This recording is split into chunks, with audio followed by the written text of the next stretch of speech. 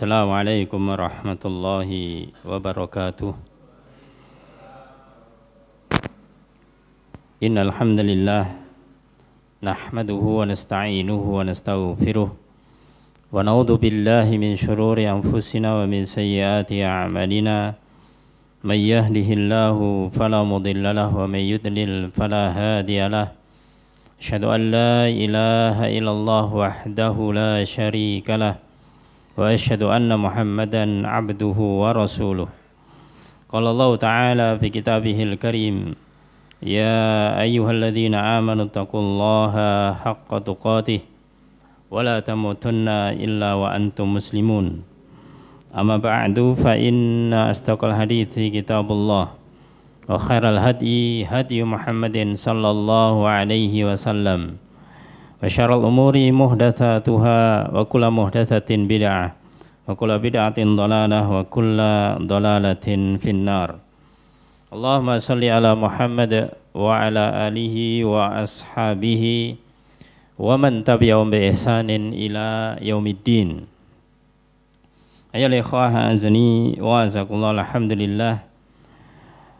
Puji syukur kita panjatkan kehadirat Allah Subhanahu wa Ta'ala atas segala nikmatnya, sehingga di pagi ini kita masih dimudahkan Allah Subhanahu wa Ta'ala untuk bisa selalu berusaha dan berupaya mengisi waktu yang Allah berikan kepada kita dalam rangka ta'atan lillah, mentaati Allah Subhanahu wa Ta'ala dengan berbagai hal yang diperintahkan Allah Ta'ala.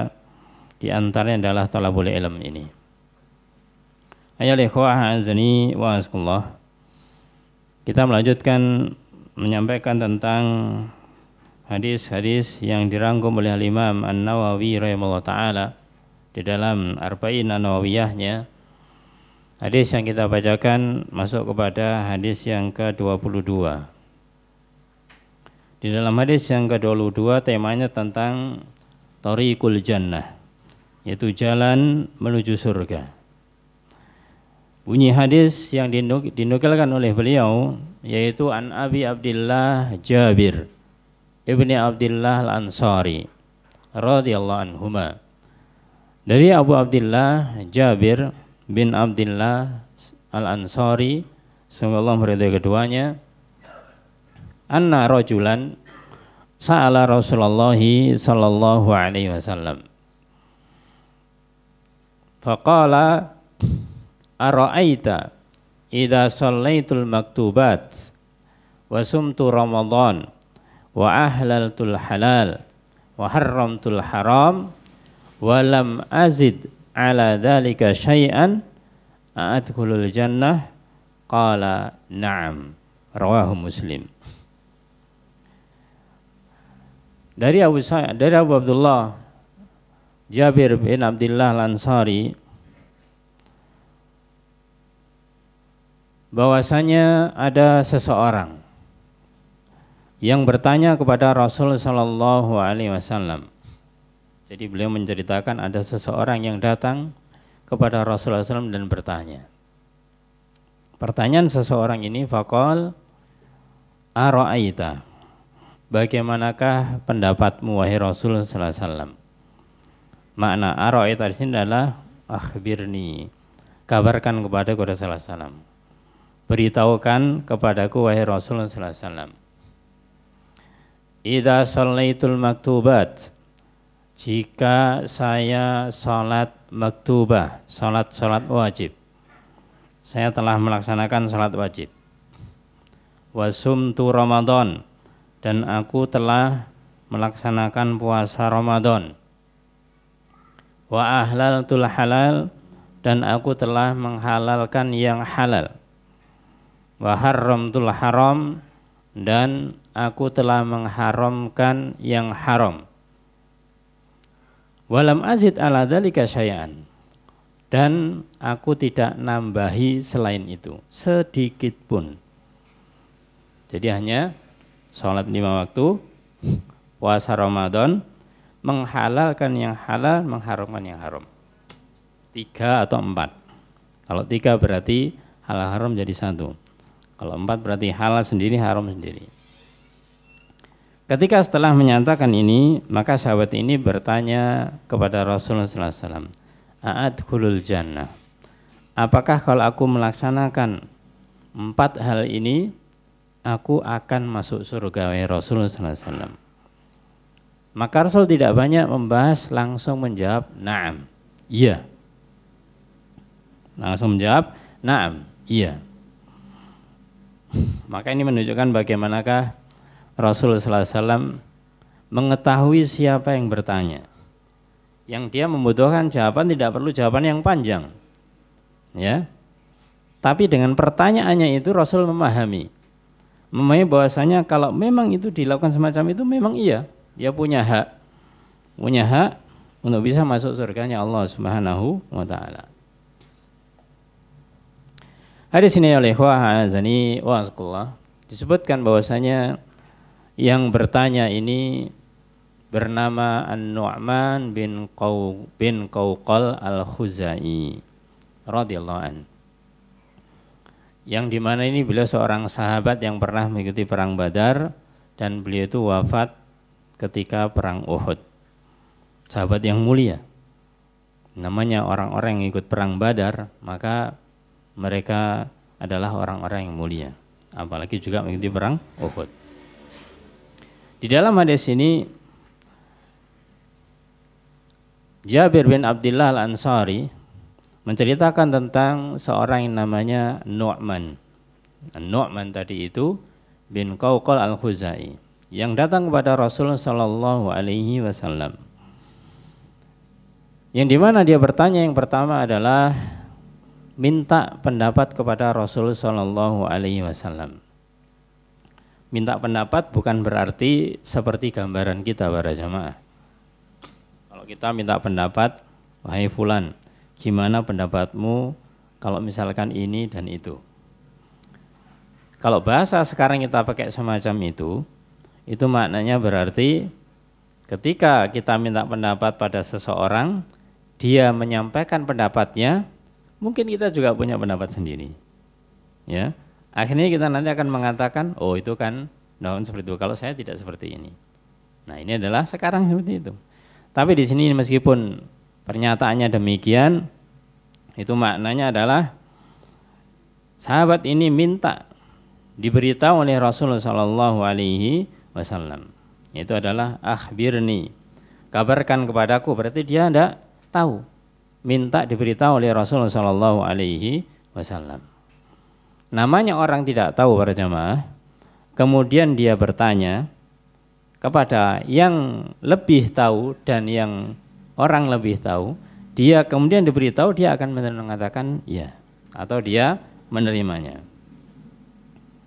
Maka ini penting bagi kita para jamaah, kalau memang kita tidak memiliki atau belum memiliki suatu ilmu, kemudian kita bertanya, setelah kita bertanya, kemudian kita mendapatkan jawabannya, tapi kok menurut kita jawabannya seperti itu ya. Nah ini kadang-kadang muncul demikian. Menurut kita kok nggak pas, ini berarti nggak sungguh-sungguh nanya, nggak sungguh-sungguh bertanyanya, ya. Karena seseorang itu kadang-kadang bertanya, pertanyaannya ingin supaya jawabannya seperti apa, keinginannya itu yang kadang-kadang banyak seperti itu. Sehingga apa yang terjadi? Tanya ke Ustadz Fulan, wah kayaknya nggak cocok, tanya lagi aja yang lainnya, tanya yang lainnya, kok sama ya jawabannya, cari yang lainnya. Akhirnya begitu dia mendapatkan salah seorang ustadz misalkan jawabannya cocok, lah ini ustadz yang benar itu ini ya, karena sudah yang hawa nafsunya misalkan demikian. Naudzubillah, bukan demikian. Seorang talibul ilm adalah dia itu mencari ilmu, bukan membanding-bandingkan ini, kemudian dia yang memutuskan ini siapa dia, ya. Oleh karena itu maka penting bagi kita untuk memiliki sifat tawadhu, yang artinya kalau kita memang tidak mengetahui satu ilmu, bertanya, tujuan kita adalah untuk mengetahuinya. Ya. Adapun nanti misalkan di kesempatan lain kita tahunya itu, kemudian kok ada yang mengatakan demikian, ya boleh kita kemudian membahas lagi. Tapi pada asalnya jangan sampai kita bertanya untuk, bahasa kasarnya, untuk ngetes ustadznya. Nah, ini ustadznya jawabannya kira-kira apa ya? Nah, kalau seperti ini cocok. Kalau tidak seperti ini berarti dia nggak cocok. Ini nanya apa ngetes kan begitu. Kembali ke sini adalah azaniyah. Maka sahabat Nu'man dia bertanya kepada Rasulullah sallallahu alaihi wasallam tentang yang pertama, idza shallaitul maktubat. Kalau aku melaksanakan salat al-maktubat, yaitu berarti salat wajib. Salat 5 waktu. Dan kata-katanya para jamaah, idza shallaitu, pakai fi'il madhi, yang artinya jika aku telah melakukan salat. Bukan jika aku akan. Ya, idza usolli misalkan, idza usillil maktubat, jika aku akan salat, enggak, tapi shallaitu jika aku telah. Ini berarti menunjukkan jika aku nanti sudah melakukan ini, berarti kalau belum kan ya belum begitu. Ya. Maka ini adalah kepastian sudah melakukan salat 5 waktu. Kemudian yang kedua masalah puasa, yang ketiga masalah yang halal, yang masalah yang haram. Ya, kita sampaikan satu persatu di sini. Yang pertama, yaitu idza shallaitul maktubat. Jika aku telah salat 5 waktu. Maksudnya ini apa? Maksudnya adalah salat yang sudah kita biasakan lakukan setiap hari, yaitu dalam sehari semalam salat 5 waktu. Dan di dalam Islam para jamaah itu tidak hanya sekedar sholat 5 waktu saja.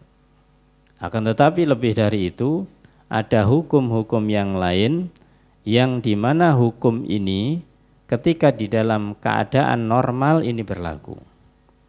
Apa itu hukumnya? Yaitu hukum mengenai kaifiyatus shalah, tentang tata caranya sholat. Dan juga tentang di mana dia sholat. Ya. Kalau kaifiyahnya jelas, Rasul bersabda, "Shallu kama ra'aitumuni usolli." Salatlah kalian sebagaimana kalian melihat aku sholat.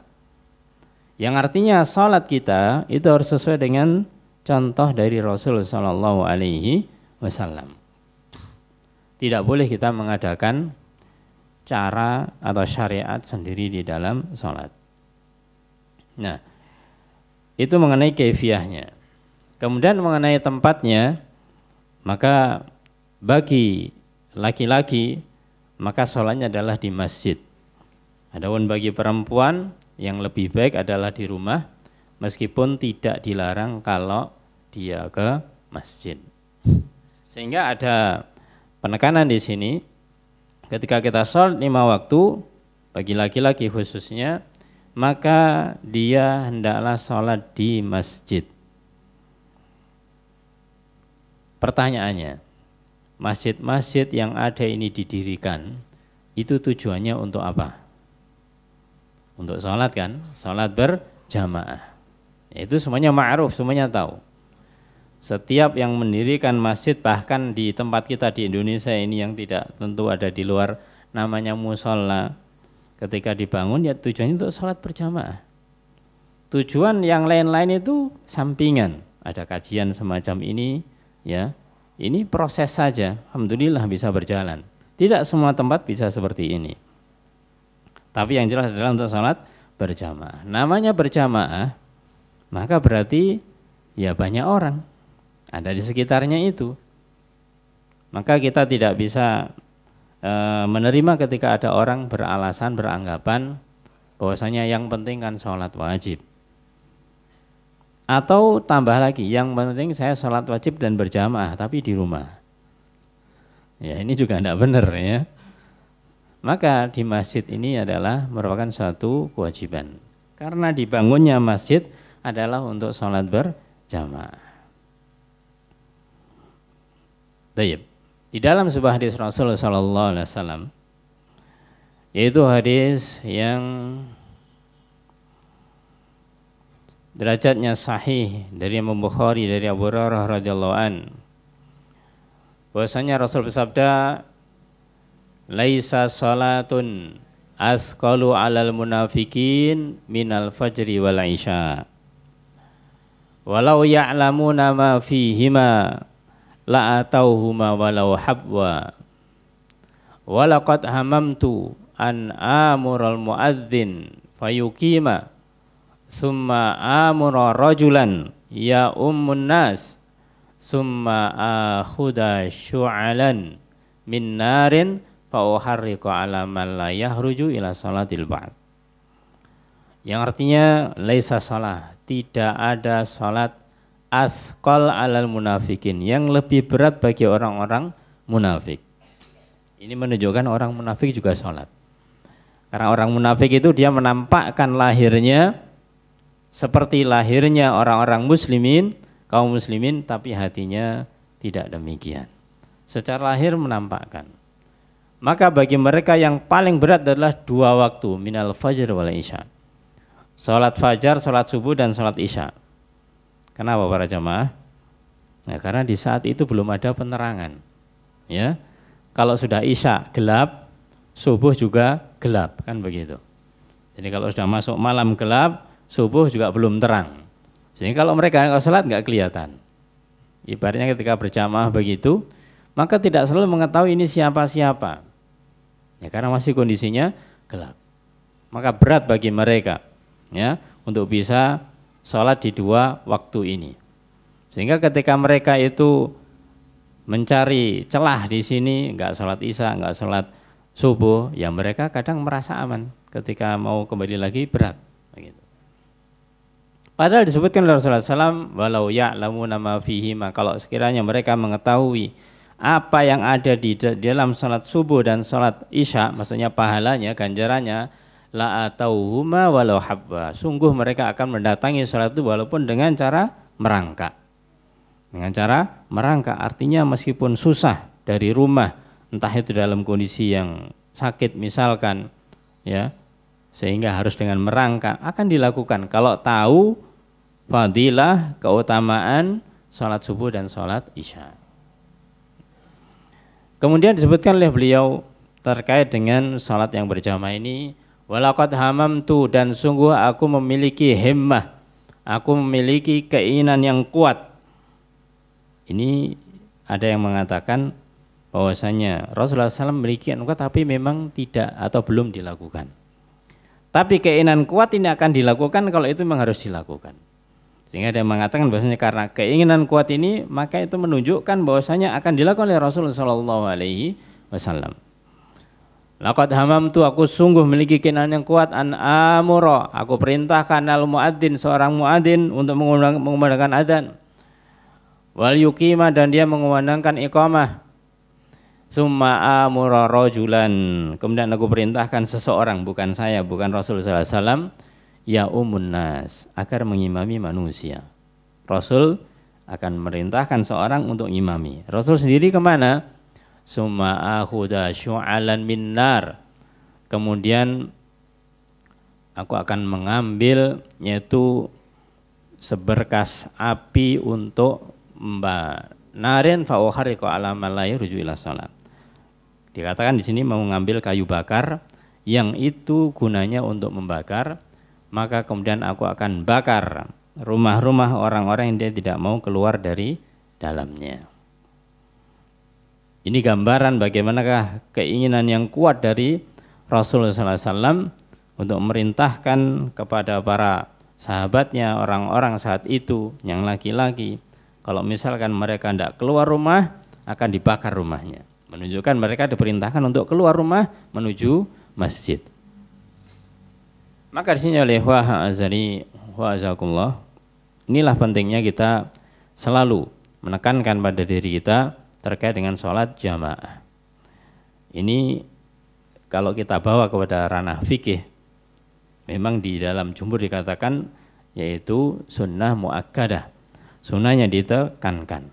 Tapi mayoritas para ahli hadis mereka mengatakan hukumnya wajib bagi laki-laki. Ya, wajib bagi laki-laki, kecuali tentunya yang ada udzur. Itu salat 5 waktu kita ingatkan kembali, yang sudah mungkin sering diingatkan. Kemudian lanjutan hadis setelah disebutkan tentang salat, kalau aku sudah melakukan salat 5 waktu. Wasumtu Ramadan, dan aku telah berpuasa Ramadan. Lafadznya juga lafadz fi'il madhi, fi'il yang telah berlalu. Ya, keterangannya adalah untuk masa lalu. Jika aku telah melakukan puasa Ramadan, Ini menunjukkan bahwasanya rukun Islamnya dipenuhi. Pertama tentunya sudah beriman, yaitu bersyahadat, kemudian sholat, kemudian sekarang puasa. Maka terkait dengan puasa kita juga tidak akan membahas panjang lebar karena sudah jelas bahwasanya puasa Ramadan adalah hal yang wajib. Hal yang wajib. Setelah disebutkan tentang puasa Ramadan ini para jamaah, maka kemudian tidak disebutkan rukun Islam yang lainnya. Yaitu apa? Zakat dan haji. Kenapa ini tidak disebutkan? Nah, ada beberapa keterangan disebutkan oleh Syekh Utsaimin rahimallahu taala ketika di dalam lafaz itu tidak disebutkan zakat dan juga haji. Wa yumkinu ayyuqal, maka ini kemungkinan dikatakan amma binisbati lil hajj, adapun dikaitkan dengan haji. Kenapa Rasul tidak mengatakan atau tidak menginginkan, tidak memberitahukan bahwasanya selain sholat dan puasa haji juga? Farubama yakunu hadal hadis qabla fardhihi, maka bisa jadi hadis ini disampaikan atau ditanyakan sebelum difardukan, sebelum diwajibkan. Wa amma binisbati liz zakah, adapun tidak kemudian diungkapkan di situ tentang masalah zakat, fala'allan Nabi sallallahu alaihi wasallam alima man hala hadzal rajul, maka bisa jadi Nabi di sini tahu kondisi laki-laki ini yang dia masih miskin. Dia masih miskin, annahu fakir wa laysa hadza min ahli zakah. Dia fakir dan dia tidak berhak untuk mengeluarkan zakat. Fa khatabahu ala qadri halih. Maka Rasul itu terbiasa menyampaikan jawaban, menyampaikan katakanlah jawaban pertanyaan itu sesuai dengan kondisinya. Sesuai dengan kondisinya. Makanya kadang saat tertentu Rasul menjawab demikian, saat itu Rasul menjawab demikian. Seperti di dalam hadis yang sebelumnya kita pernah bahas. Ada seorang bertanya, "Wahai Rasulullah SAW, ya, apa yang engkau wasiatkan kepada kami? La taghdab," misalkan itu. Jangan marah, itu saja. Karena Rasul tahu kondisi orang ini adalah memiliki temperamen, ya, mempunyai kebiasaan pemarah. Dikatakan jangan marah. Maka ini menunjukkan bahwasanya Rasulullah SAW tahu bagaimana kondisi seseorang. Atau di dalam masalah siam, masalah puasa, ketika ada seseorang yang dia itu sudah berumur, syekh, sudah 40 tahun ke atas, 50 tahun ke atas, tanya Rasulullah SAW, kalau misalkan dalam waktu puasa kemudian kita mencium istri kita, boleh apa tidak? Maka Rasul mengatakan boleh. Tapi di saat yang lain ketika ada seorang pemuda datang bertanya yang sama, Rasul mengatakan lah, tidak boleh. Ya, karena kondisinya beda. Ya, kalau pemuda, ya masya Allah dia mungkin masih bersemangat, khawatir kebablasan kan begitu. Ya, kalau masih tua, sudah tua mungkin dia bisa menahan. Nah, ini adalah sesuai dengan apa yang kondisi yang bertanya ini. Maka di sini Rasulullah SAW menjawab dengan jawaban artinya tidak ditambahkan zakat ataupun ditambahkan puasanya. Ayyuhal ikhwah azani wa azakullah. Maka ini yang menunjukkan masalah zakat atau masalah haji. Ada juga yang mengatakan kemungkinannya ini semuanya kemungkinan yang menunjukkan bahwasanya zakat dan haji juga termasuk di dalamnya. Ada yang mengatakan bahwasanya zakat dan haji itu masuk ke bagian yang akhir, yaitu wa ahlaltul halal wa haramtul haram. Ya, maka Rasul memasukkan haji dan juga zakat cukup di sini.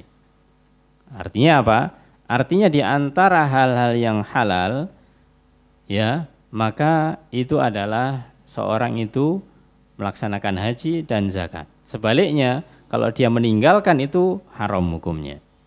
Yang meninggalkan itu adalah hukumnya haram. Maka sudah masuk di sini. Jadi tidak perlu dirinci secara detail.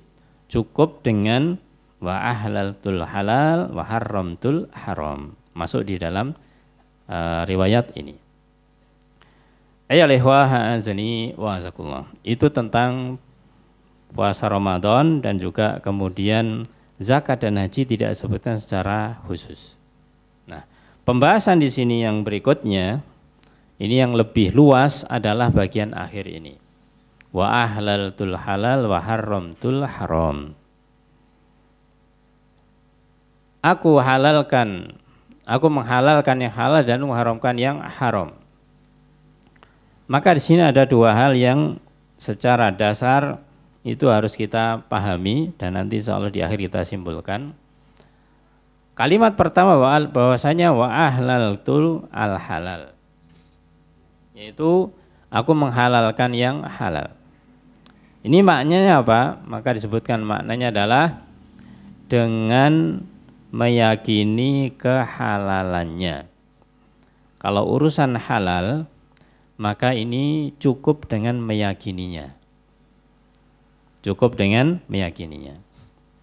Wa haramtul haram, adapun kalau mengharamkan yang haram, maka ini ada dua.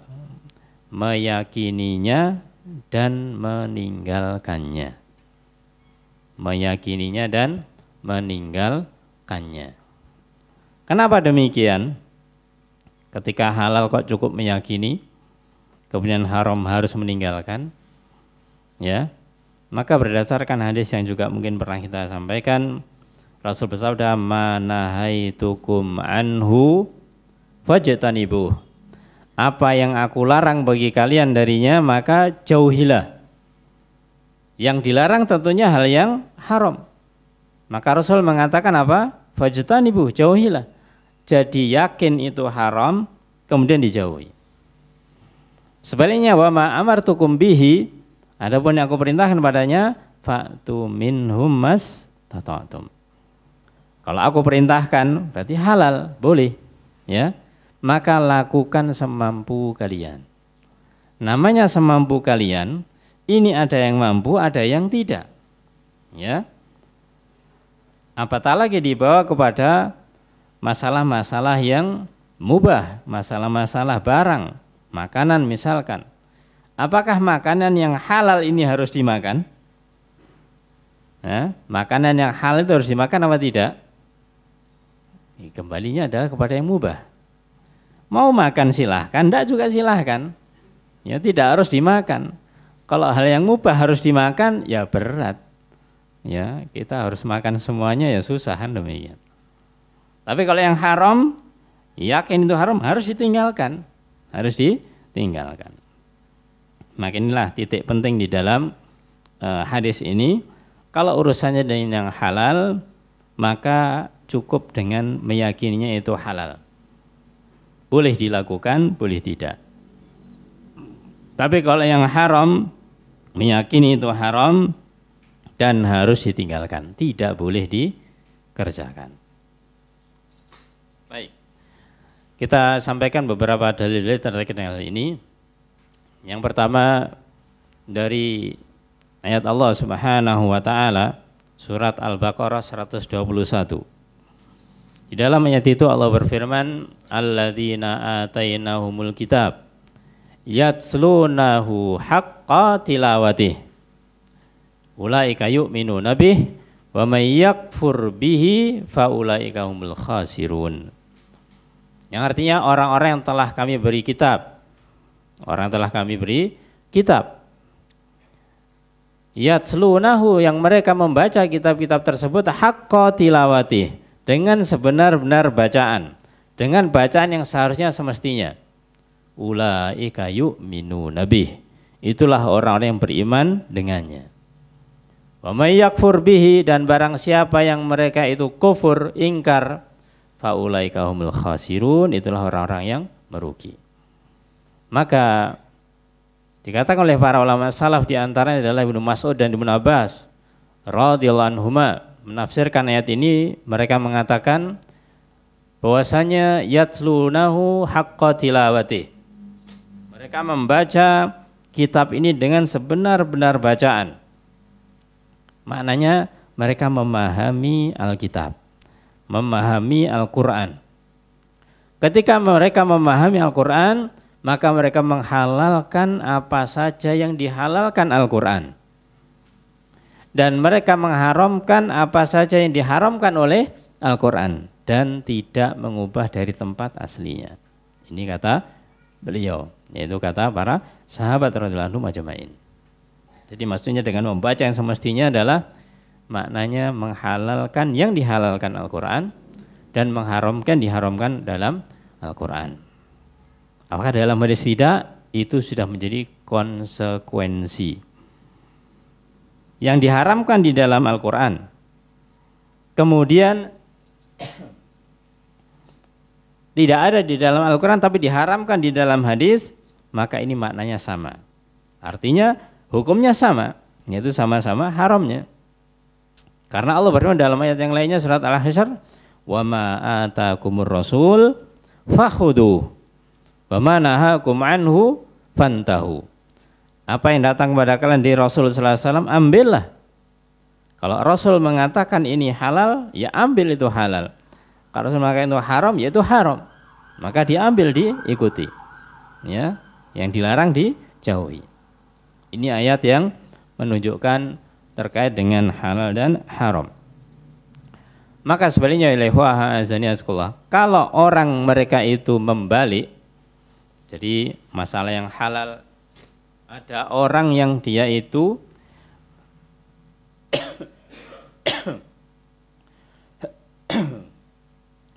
ada orang yang dia itu meyakini sesuatu yang halal, dia meyakininya haram.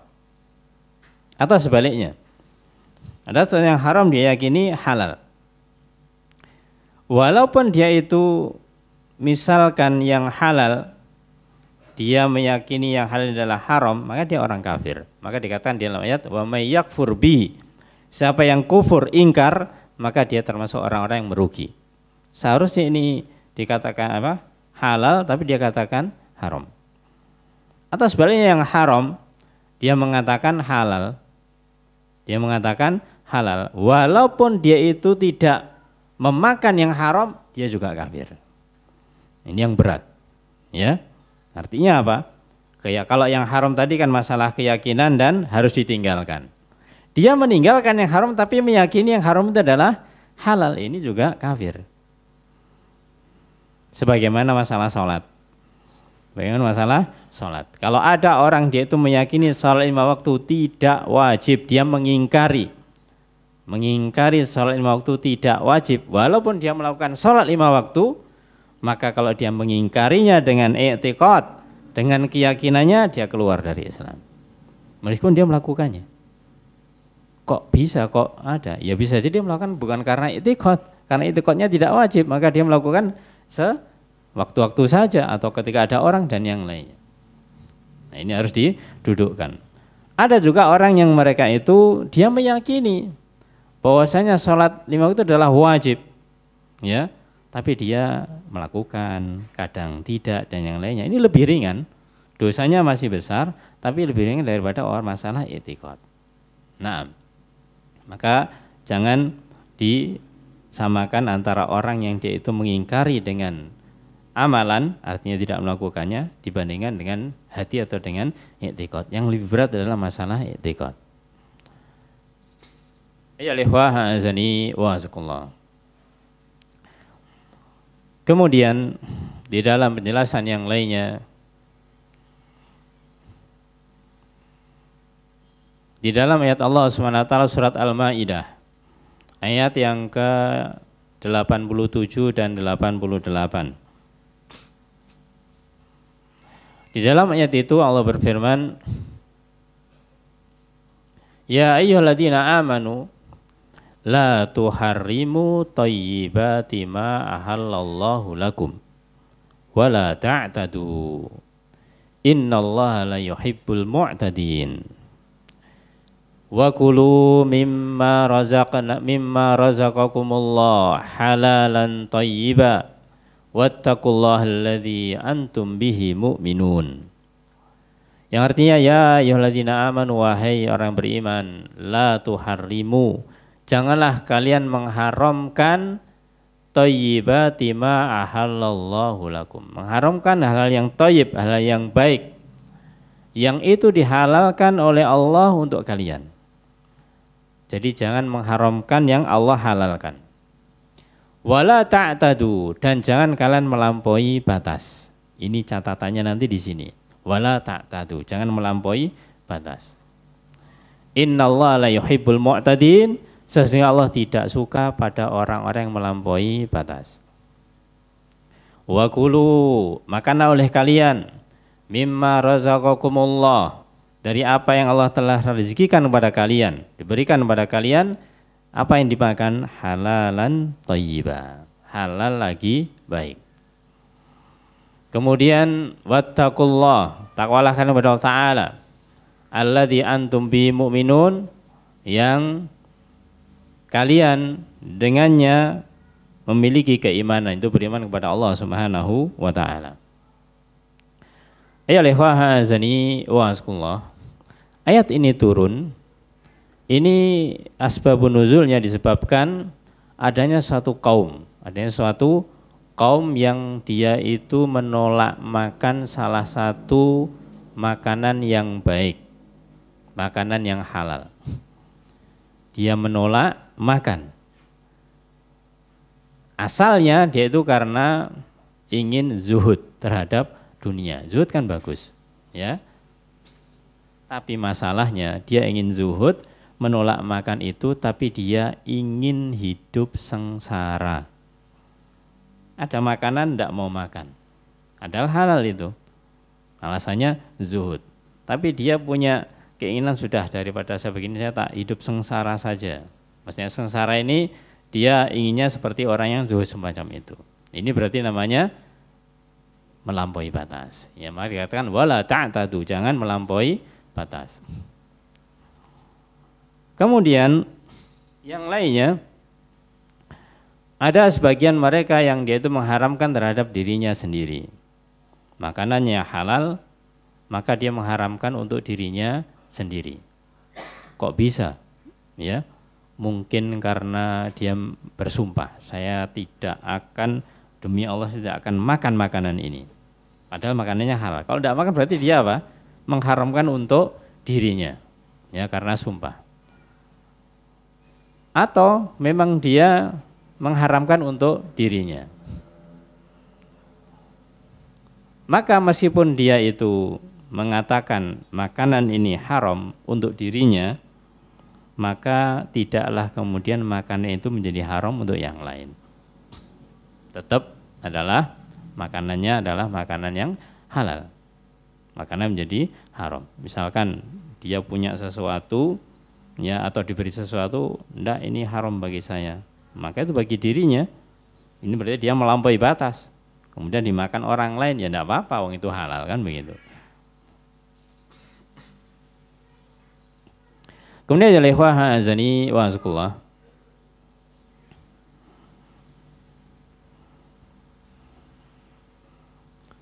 adapun kondisi yang berikutnya, ada yang mereka itu mengharamkan sesuatu yang halal, maka selama dia itu kalau mengharamkan ini yang dilarang, tapi kalau dia itu misalkan tidak makan sesuatu yang itu halal, itu tidak masalah, yang tidak masalah. Tapi yang dimaksud di dalam ayat ini, yang maksudnya yaitu melampaui batas adalah satu, yaitu dia mengharamkan makanan tersebut, padahal makanannya halal. Ini namanya melampaui batas.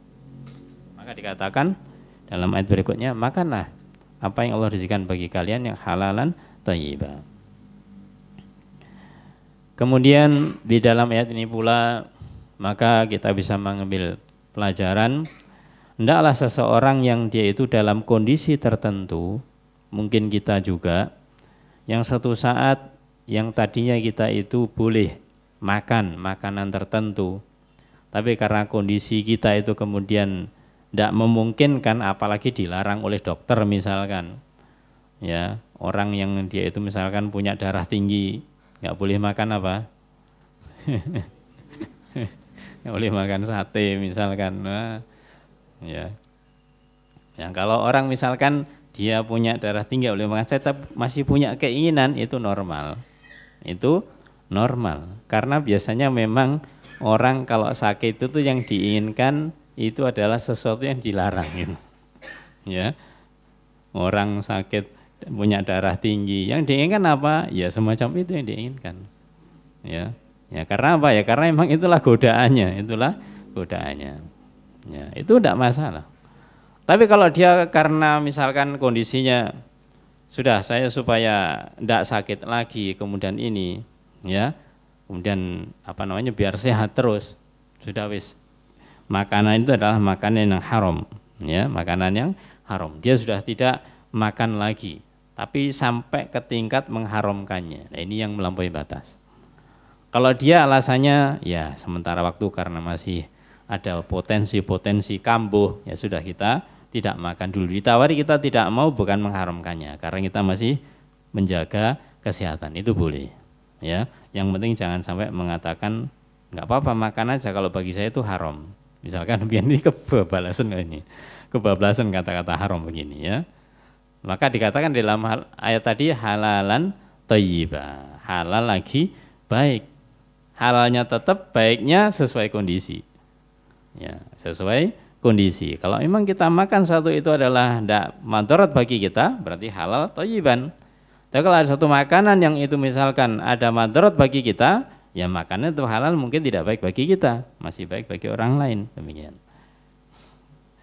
Ayyuhal azani wa azakumullah. Itu mengenai masalah yang halal. Kemudian lafadz yang berikutnya wa haramtul haram. Ya, mengharamkan yang haram. Dikatakan oleh Imam yaitu Ibnu Shalah rahimahullah taala.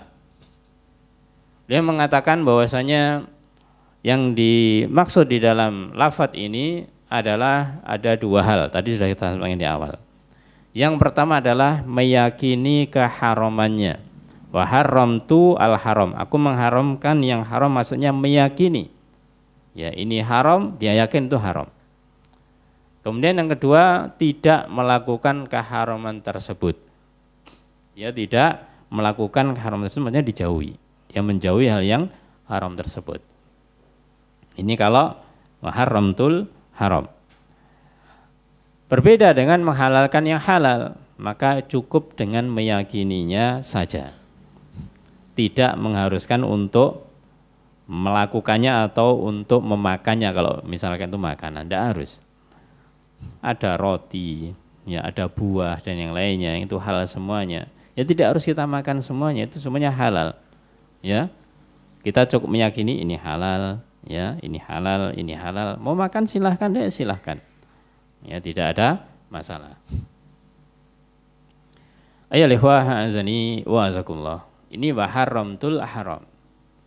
Maka sebagai seorang muslim sudah menjadi kewajibannya dia itu berusaha semaksimal mungkin untuk meninggalkan segala hal yang haram. Segala hal yang haram. Apakah itu haram dalam masalah makanan, atau haram dalam masalah ucapan, haram dalam masalah tindakan, perbuatan dan yang lain-lainnya. Maka harus ditinggalkan itu semuanya. Maka di sini di dalam hadis yaitu masalah hal dan haram sudah jelas. Seorang sahabat ini tadi dia bertanya kepada Rasulullah SAW yang bagian akhir, kalau aku menghalalkan yang halal, mengharamkan yang haram, apakah masuk surga? Maka Rasul menjawab na'am. Ya, karena rangkuman atau cakupan dari hal haram ini sangatlah banyak, sangatlah besar. Dan di antara inti ajaran Islam itu adalah halal dan haram ini. Nah, kemudian kita tambahkan di sini bagaimana dengan hal-hal yang mustahab, itu hal-hal yang sunnah. Karena penanya di sini tidak membahas masalah yang sunnah. Jadi seakan-akan penanya di sini itu hanya mencukupkan yang wajib saja. Karena di akhir ayat dikatakan walam azid ala dzalika syai'a. Aku tidak menambahi atas hal itu sedikit pun. Jadi hanya sholat 5 waktu, Yang puasa Ramadan, zakat, haji kalau mampu misalkan. Adkhulul jannah, apakah masuk surga? Maka Rasul menjawab, na'am, ya. Ya. Ini menunjukkan secara letterlek atau secara lafadz hadis tidak melakukan hal-hal yang sunnah, tidak melakukan hal-hal yang hukumnya sunnah, bukan sunnah secara umum tapi hukum sunnah.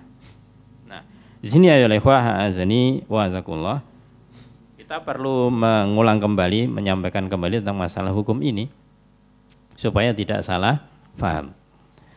Maka di dalam hukumnya ada 5 macam, yaitu ahkamul khamsah. Yang pertama adalah wajib, kemudian sunnah, kemudian mubah, kemudian makruh, kemudian haram. Nah, apa maknanya di sini? Disebutkan di dalam kitab Usul Fiqh dari Syekh Utsaimin rahimallahu taala, yang dimana di dalam usul fikihnya ini dipanjang lebarkan, tapi kita sebutkan yaitu makna sederhananya. Ya, makna sederhananya dari 5 hukum ini. Insyaallah kita semuanya sudah sering mendengarkan, tapi ini menjadi penguat saja supaya tidak salah paham insyaallah. Yang pertama adalah hal yang wajib. Hal yang wajib. Dan apa itu hal yang wajib? Dengan liwat-liwat yang lain atau definisi yang lain, maka yang kita pilihkan adalah perkataan ini. Al-wajib itu yusabu fa'iluhu imtithalan wa yastahiqul iqaba tarikuhu. Artinya apa? Yang wajib itu adalah akan diberi sawab, diberi ganjaran, diberi pahala bagi pelaku yang melakukannya. Bagi pelaku yang melakukannya. Kalau dia melakukannya, mendapatkan ganjaran. Sebaliknya, dia berhak mendapatkan siksa jika meninggalkannya. Maka kata yastahiqu, berhak, ini karena apa? Ya karena bisa jadi nanti dia sebelumnya itu meninggalkan, tapi kemudian taubat. Ya, maka dia berhak mendapatkan siksa ketika dia meninggalkannya. Ini jadi wajib. Dilakukan mendapat pahala, ditinggalkan mendapatkan ancaman siksa atau dosa. Ancaman siksa. Ini kita ke istilah yaitu berhak mendapatkan siksa. Yaitu ancaman siksa ini. Ini wajib. Adapun mustahab atau sunnah atau nadab, mandub bahasanya atau sunnah bahasa kita, itu maknanya yusabu fa'iluhu imtisalan. Ya. Pelakunya akan mendapatkan ganjaran ketika melakukan hal yang sunnah ataupun yang mandub atau bahasa lainnya adalah mandub. Itu dia mendapatkan ganjaran ketika melakukannya. Kalau tidak melakukan bagaimana? Biasanya kita artikan apa? Dilakukan mendapatkan pahala, tidak dilakukan tidak apa-apa. Maka bahasa yang disebutkan oleh Syekh Utsaimin, wala yu'aqabu tarikuhu, dan dia tidak disiksa. Dia tidak mendapatkan siksa ketika meninggalkan hal tersebut. Tidak disiksa. Tidak mendapatkan siksa ketika meninggalkan tersebut. Karena kalau pakai istilah tidak apa-apa, ya, nanti ini permasalahannya tidak apa-apanya ini berkelanjutan. Enggak apa-apa, enggak usah, enggak apa-apa, enggak usah, enggak apa-apa, enggak usah. Ya. Tapi kalau pakai istilah tidak akan disiksa, dia berusaha bagaimanakah bisa melakukan supaya mendapatkan pahala. Kalau kondisinya dia tidak mungkin, ya sudah, karena terpaksa tidak bisa melakukan yang sunnah, maka sementara waktu tidak, nanti dia akan berusaha untuk melakukannya lagi. Ini untuk yang sunnah atau yang mandub. Kemudian yang haram dulu dari bawah, nanti yang mubah terakhir. Yang haram, maka yang haram beliau menyebutkan kebalikan dari yang wajib. Yang wajib tadi itu apa? Yang wajib itu mendapatkan pahala bagi yang melakukan, mendapatkan ancaman siksa bagi yang meninggalkan. Maka kalau haram mendapatkan pahala bagi yang meninggalkan dan mendapatkan ancaman siksa bagi yang melakukannya. Kenapa dikatakan itu ancaman siksa? Yaitu tadi dia melakukan 1 kali, 2 kali, ternyata dia tahu, wah ini ternyata tidak boleh, kemudian dia taubat, ya dia taubat. Bisa jadi dengan taubatnya jadi terhapus, yang tadi dosa-dosa yang dilakukan itu terhapus. Ini adalah makna daripada haram. Kemudian di atasnya yaitu makruh, ya makruh ini secara bahasa dibenci, ya dibenci. Apa maknanya makruh? Ya sebagaimana tadi hampir seperti sunnah tadi itu, maka kebalikannya yusabu tarikuhu imtisalan. Satu yang makruh, kalau dia meninggalkan yang makruh itu dia mendapatkan pahala. Dia mendapatkan pahala kalau meninggalkan yang makruh. Wala yu'aqabu fa'iluh, dan tidak disiksa orang yang melakukannya. Tidak disiksa orang yang melakukannya. Kebalikan dari as-sunnah tadi itu. Maka yang terakhir adalah mubah. Berarti mubah apa mubah? Maka mubah dikatakan oleh beliau di sini, yang namanya mubah berarti ya di antara hal itu. La yatarattabu alaihi sawab wala iqab.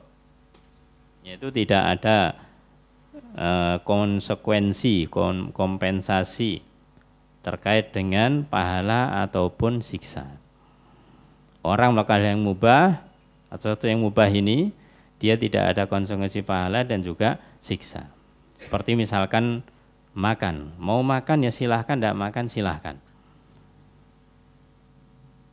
Ketika bisa jadi sunnah atau bisa jadi haram, bahkan ketika makannya ini makan yang dilarang, maka jadi haram.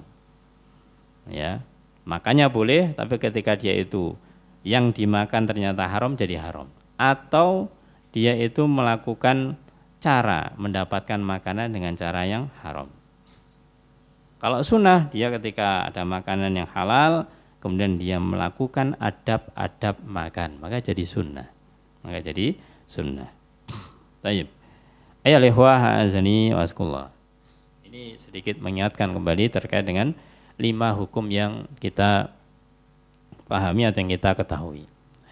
Yang pada intinya sesuatu yang sunnah, yang di dalam hadis dikatakan walam azid ala dzalika syai'a, aku tidak akan menambahi sedikit pun. Ini seakan-akan memang tidak menambahkan amalan apapun kecuali yang wajib tadi itu. Maka ini saja itu Rasulullah SAW dijawab dengan na'am, ya. Apakah masuk surga? Dijawab dengan na'am. Masuk surga, ya.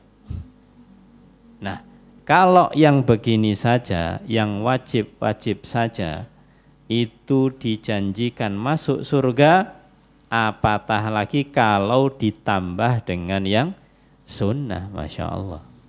Ya, maka perlu bagi kita untuk memahami masalah yang sunnah ini bukan hanya sekedar sunnah, dilakukan dapat pahala, tidak dilakukan tidak apa-apa, tidak hanya sekedar itu. Ya, itu definisi yang kurang pas. Ya. Maka kita harus melihat bagaimanakah fadilah-fadilah, keutamaan-keutamaan hal-hal yang sunnah ini. Sebagaimana dalam hadis yang panjang yang mungkin belum sampai di sini. Dalam petikan hadis disebutkan, dalam hadis qudsi, ya, dalam yang qudsi, bahwasanya Allah berfirman, wa ma yazalu abdi yataqarrabu ilayya bin nawafil hatta uhibbah. Dan senantiasa hambaku ini mendekatkan diri kepadaku dengan yang nawafil, dengan yang nafilah-nafilah. Hatta uhibbahu, sampai aku mencintainya. Nah, ini hadis sebelumnya tentang masalah yang fardu. Fardu sudah dilakukan, ya. Setelah melakukan yang fardu, dia tambah dengan yang sunnah-sunnah. Maka ketika dia itu mendekatkan diri kepada Allah dengan sunnah ini, maka akan mendapatkan janji, mendapatkan cinta dari Allah Subhanahu wa ta'ala. Ini diantara keutamaan hal-hal yang sunnah. Juga yang lainnya banyak yang terkait dengan masalah sunnah ini. Maka yang paling jelas hal yang sunnah ini bisa menjadi apa? Yang melengkapi hal-hal yang wajib. Melengkapi dalam arti ketika ada yang kurang yang ada di dalam yang wajib. Nambal kalau bahasa gampangnya. Nambali, ya. Nambali hal-hal yang wajib yang kurang. Bukan berarti melengkapi berarti yang wajib belum lengkap, tidak. Ya, wajib sudah cukup, maka ada yang kurang di situ maka ditambal dengan yang namanya sunnah ini. Seperti sholat misalkan. Kita sholat 5 waktu, apakah ada jaminan kita sudah sempurna? Secara dohir 5 waktu kita lakukan, ya. Tapi secara kualitas siapa yang bisa menjamin sholat kita itu sudah benar? Artinya benar di sini adalah diterima Allah Subhanahu wa ta'ala. Belum ada atau tidak bisa menjamin. Mungkin kita ya konsentrasi sholat di awal sama di akhir aja, di tengah-tengah nggak karuan kemana-mana sudah, ya. Maka itu berarti kan ada yang kurang, nggak bisa konsentrasi. Maka sunnah inilah yang akan bisa menambalnya.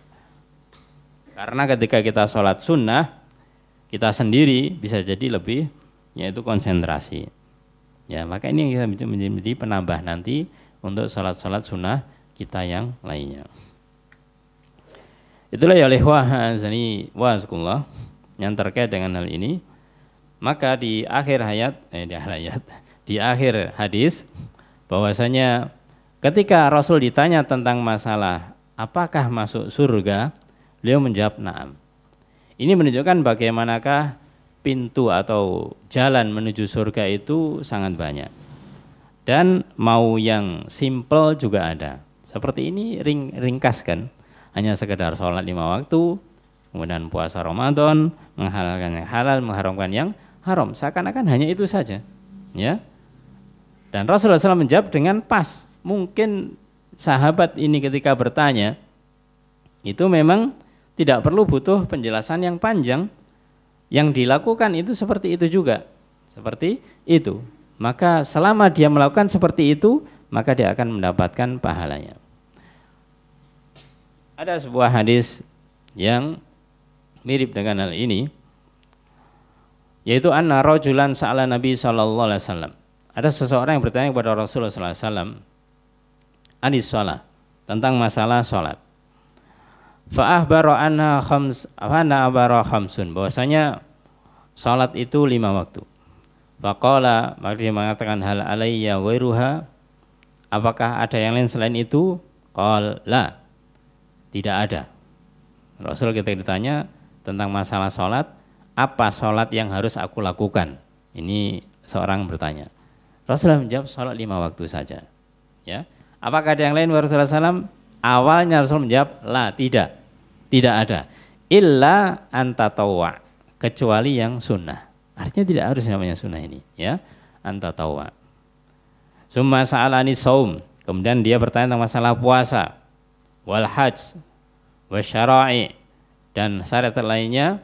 Fa ajabahu summa qala fi akhar, fa ajabahu, Rasul menjawabnya dengan hal-hal yang sama. Jadi yang dijawab adalah yang wajib.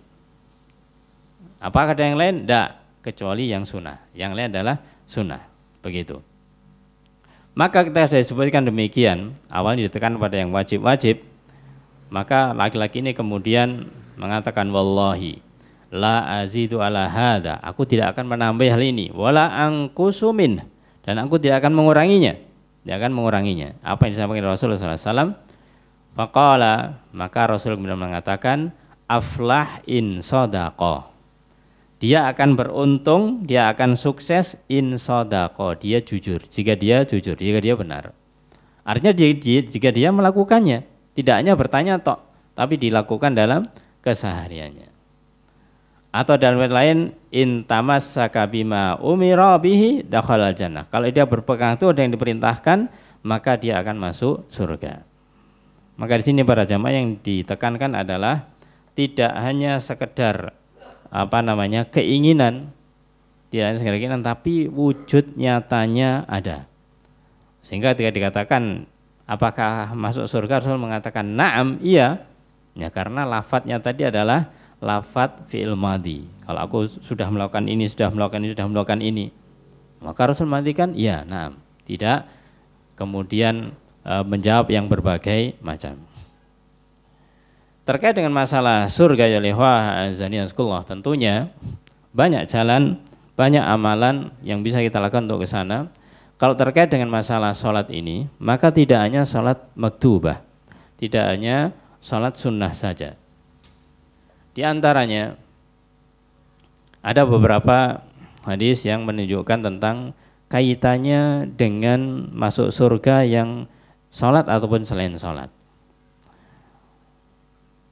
Di antaranya di dalam hadis Rasulullah SAW, yaitu hadis yang sahih dan Bukhari dan Muslim. Beliau bersabda, man shallal bardaini, barang siapa yang dia itu sholat bardain, bard, dingin, sholat di waktu dingin, maksudnya ini adalah subuh dan asar, ya, sholat subuh dan asar, dakhalal jannah, dia akan masuk surga. Ini adalah diambil hanya 2 sholat, diambil hanya 2 sholat. Tapi bukan berarti hanya itu saja, tapi bagaimanakah keutamaan 2 sholat ini sehingga dijanjikan masuk surga. Dan yang juga perlu diperhatikan, ketika seseorang sudah mengamalkan berbagai macam amalan-amalan yang bisa mengantarkan ke surga, jangan lupa kita itu harus menghindari yang membuat tidak bisa masuk surga atau penghalangnya. Jangan sampai kita mengamalkan yang itu menghalangi untuk masuk surga.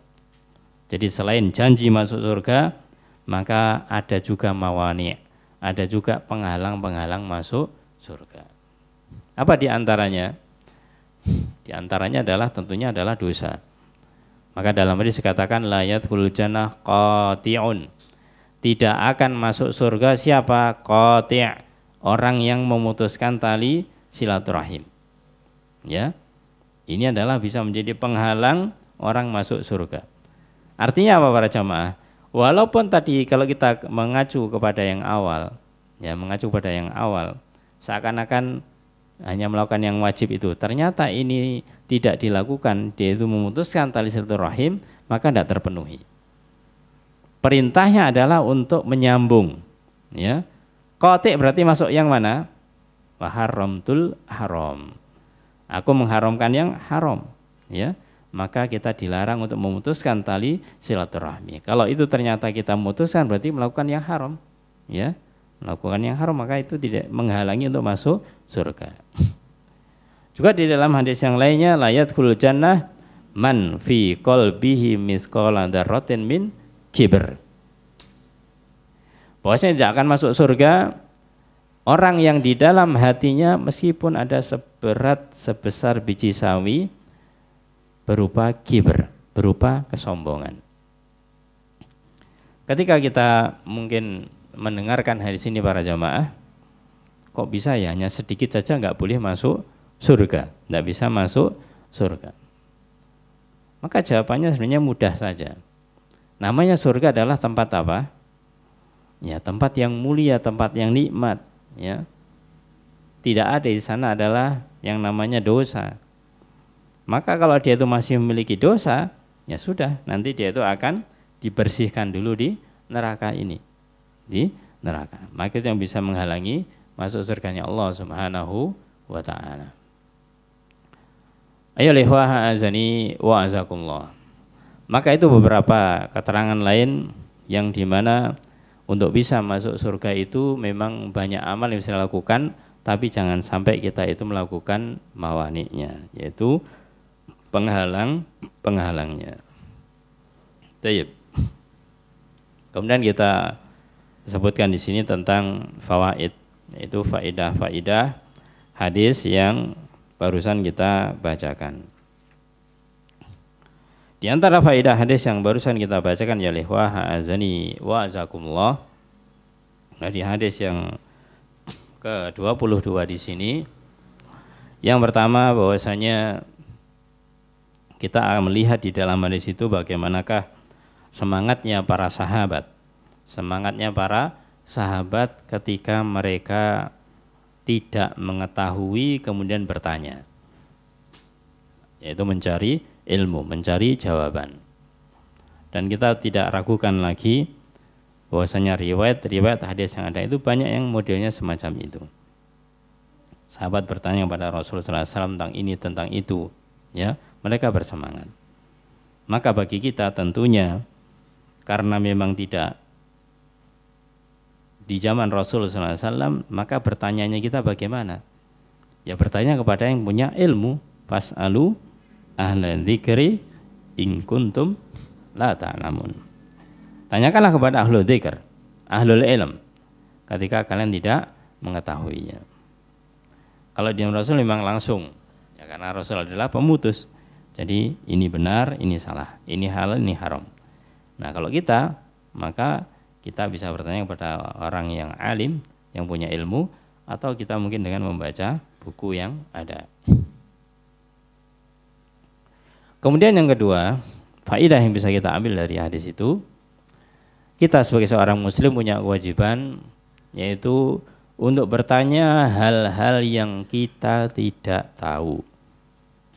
Kita tidak mengetahuinya. Berarti kalau kita sudah mengetahuinya, ya jangan ditanyakan. Jangan ditanyakan. Kalau sudah tahu diapakan? Diamalkan. Jadi amalkan, kecuali kalau memang mungkin kita bertanya itu untuk memberi faidah yang lain. Memberi faidah yang lain. Yang artinya apa? Kita mungkin ingin memberi faedah kepada orang-orang yang katakanlah baru. Dia mau bertanya malu mungkin. Dia sudah bertanya kepada kita misalkan, gimana sih sebenarnya caranya ini, gimana sih sebenarnya hukumnya ini. Dia bertanya kepada kita. Kita menjelaskan pun juga kurang bisa luas misalkan demikian. Ya, tapi dia bertanya. Akhirnya dia mungkin dalam satu kajian semacam ini. Maka kita bertanya kepada ustadznya yang menyampaikan tentang pertanyaan dia. Maka ini dibolehkan untuk beri faedah kepada yang lainnya. Ya. Maka kalau memang kita tidak tahu bertanya, kalau sudah tahu kemudian beri faedah kepada yang lain itu dibolehkan. Kemudian yang ketiga azani wasqullah. Pribadi Rasulullah SAW ketika menjawab satu pertanyaan, ini menunjukkan kepada kita ini diperintahkan atau diberi contoh dari Rasulullah SAW agar ketika kita itu menyampaikan kepada orang lain, maka betul-betul kita itu mengetahui kondisi orang yang bertanya. Apakah kondisi orang yang bertanya itu adalah orang yang masih baru belajar, ataukah kondisi orang itu yang dia itu sudah sedang katakanlah melakukan memiliki amalan-amalan atau agamanya sudah mending, maka ini jawabannya bisa berbeda-beda. Sebagaimana mungkin kita tahu bagaimanakah Rasulullah SAW itu tidak pernah memarahi orang-orang yang masih jahil, orang-orang Badui terutama. Kita tahu orang-orang Badui itu kalau bertanya bahasa kita itu ya kasar, ya semaunya sendiri, langsung ya Muhammad, wahai Muhammad, ya. Para sahabat ya kaget juga, ini orang baru masuk enggak manggil Rasulullah tapi langsung Muhammad, ya karena orang jahil tidak tahu. Ya, Rasul tidak pernah marah semacam itu. Sampai kencing di masjid misalkan, ya tidak dimarahi. Tapi kalau yang salah itu adalah para sahabat, Rasul langsung marah. Ya kan berarti berbeda. Ya berbeda. Karena orang jahil belum punya ilmu, orang para sahabat punya ilmu. Maka kalau melakukan kesalahan, meskipun kesalahannya sama, orang yang berbeda, ya bahasa kita treatmentnya beda. Ya, caranya itu berbeda. Maka begitu juga itu ada orang misalkan bertanya kepada kita, kita memberikan jawaban, kita memberikan nasihat, lihat siapa dia. Ya semampu kita tentunya. Ya. Kalau memang dia itu butuh jawaban yang pendek, jawab aja yang pendek. Misalkan ditanya apakah ini boleh atau tidak, kita tahu pasti hukumnya itu boleh, kita jawab ya boleh, silakan dilakukan. Ya. Tapi kalau misalkan dia bertanya, kenapa kok boleh? Kita bisa menjelaskan lebih dalam, kita jelaskan karena begini-begini, apalagi bisa menyampaikan dalilnya, kita sampaikan dalilnya. Lihat kondisi orang yang bertanya ini. Kemudian ya ikhwah azani wa azakumullah. Di dalam hadis ini pula ada faedah yang bisa kita sampaikan. Ini ada kabar gembira bahwasanya kita itu akan bisa menyampaikan atau menyebarkan ilmu. Menyebarkan ilmu ketika kita ditanya. Jadi kalau ketika ditanya itu jangan gundah, jangan merasa sedih. Bersyukurlah ketika ada yang bertanya kepada kita. Dengan bahasa gampangnya, kalau kita ditanya oleh seseorang, berarti orang itu menganggap kita apa? Kita mengerti. Kita orang yang lebih tahu. Itu adalah satu kebaikan bagi kita. Walaupun kita mungkin nggak banyak tahu gitu. Tapi kalau ada yang bertanya pada kita, berarti dia menganggap kita orang yang lebih tahu. Maka waktunya, saatnya kita itu untuk menyampaikan kebaikan kepadanya. Oleh karena itu diantara hakul muslim al muslim sittun atau hamsun, diantaranya apa? Idastansahaka fansahhu atau fansahlahu. Kalau dia minta nasihat, maka nasihatilah. Ya, artinya kalau orang minta nasihat kita, kesempatan untuk nasihati. Kalau orang tidak minta nasihat, kita nasihati, ya ini 50-50. Dia tidak minta nasihat bisa jadi dia memang butuh nasihat tapi nggak berani ngomong, berarti dia akan menerima nasihat kita. Atau dia sedang tidak butuh nasihat, kita nasihati, ya nggak didengarkan. Maka perhatikan sekali lagi bahwasanya kondisi yang ada. Maka di dalam dakwah ini kan ada 3 hal yang harus kita perhatikan. Yang pertama adalah tentang ilmu syar'i yang harus kita miliki ketika kita berdakwah. Jadi bekal kita harus kita punya, yaitu ilmu syar'i. Kemudian yang kedua adalah caranya, thariqatud dakwah. Cara dakwah kita harus dengan cara al-lin, dengan cara lemah lembut. Kemudian yang ketiga adalah melihat kondisi yang kita dakwai, mad'u kita. Melihat kondisi yang kita dakwai. Maka kalau ini dipahami semuanya, insya Allah biidznillah itu akan nyambung dan bisa akan berjalan dengan baik, bahkan dikatakan sukses. Kenapa suatu dakwah itu kadang-kadang tidak bisa sukses atau nasihat? Ya karena bisa jadi dari 3 hal ini ada yang kurang. Ilmunya Masya Allah sudah punya. Ya. Kemudian dia caranya sudah lemah lembut, tapi nggak ngerti kondisi yang didakwahi ini. Ya nggak ngerti kondisinya sedang apa, ini nggak ngerti. Atau dia itu ngerti kondisinya tapi caranya kasar, caranya keras, ya bisa jadi tidak diterima. Nah ini harus terpatri 3 halnya. Azani wa azakumullah.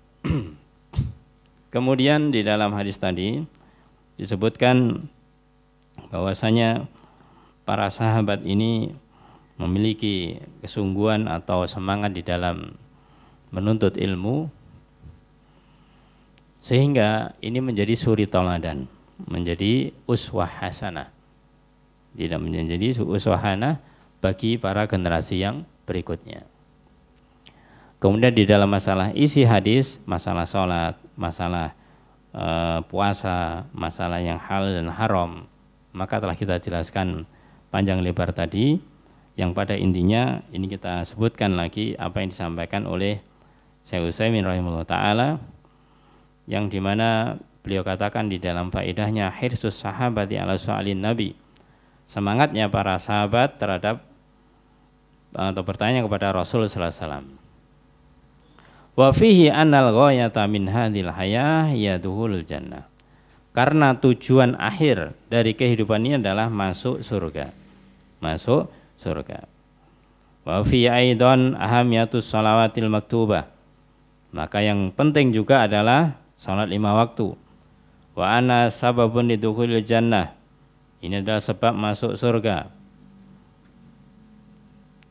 Kemudian juga ahamiyatus syam, pentingnya puasa. Wa fi wujubu ihla, dan lain adalah wujubu ihlalil halal wa tahrimil haram, yaitu wajibnya menghalalkan yang halal dan mengharamkan yang haram. Ayyaf alal insan al halal mu'taqidan hillahu wa yastanibal haram mu'taqidan tahrimahu, yaitu manusia melakukan yang halal dengan meyakininya. Ya, meyakininya itu cukup, apalagi dilakukan. Adapun yang haram maka dia meyakininya dan juga meninggalkannya. Maka dijelaskan oleh beliau, walakin al halal yukhayyir fihil insan. Kalau halal itu ada pilihan. Insya'a fa'ala wa insya'a lam yaf'alhu. Kalau dia mau dia lakukan, kalau yang tidak mau tidak apa-apa, tidak dilakukan. Karena memang hukumnya bukan wajib, bukan sunnah, tapi mubah. Wa amal haram, adapun yang haram fala budda ayyastanibahu. Tapi kalau yang haram wajib untuk ditinggalkan. Walau budda yastahabba hada i'tiqadan. Dan dia harus menjaga keyakinan ini. Dia meyakini ini haram, ya, dan dia harus meninggalkannya. Itulah ya ikhwah azani wa azakumullah, bab yang hubungannya dengan bagian ini atau dengan hadis ini, yaitu hadis yang ke-22 yang pada akhirnya di sini siapa yang melakukan amalan-amalan yang wajib, ya, di antaranya salat, puasa, zakat, haji, maka dia dijanjikan masuk surganya Allah Subhanahu wa taala.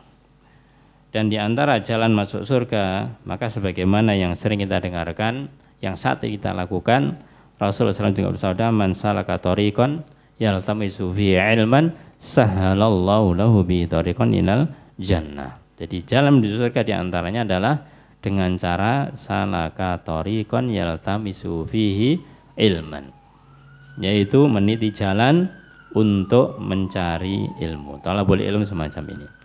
Semoga Allah Ta'ala mudahkan kita untuk bisa meniti ilmu secara terus menerus sampai akhir hayat, dan kita dimudahkan untuk bisa mendapatkan amalan yang terbaik, menghalalkan yang halal, mengharamkan yang haram, dan pada akhirnya kita dimasukkan surganya Allah Subhanahu wa ta'ala. Amin ya rabbal alamin. Wallahu a'lam bishawab. Baik, jazakallahu khair atas waktunya dan kesempatannya. Semoga apa yang kita sampaikan bermanfaat dan kita semuanya mendapatkan ridha Allah Ta'ala di dalam kajian ini. Amin ya rabbal alamin. Kita akhiri dan kafaratul majelis. Subhanakallahumma asyhadu an la ilaha illa anta astaghfiruka wa atubu ilaik. Assalamualaikum warahmatullahi wabarakatuh.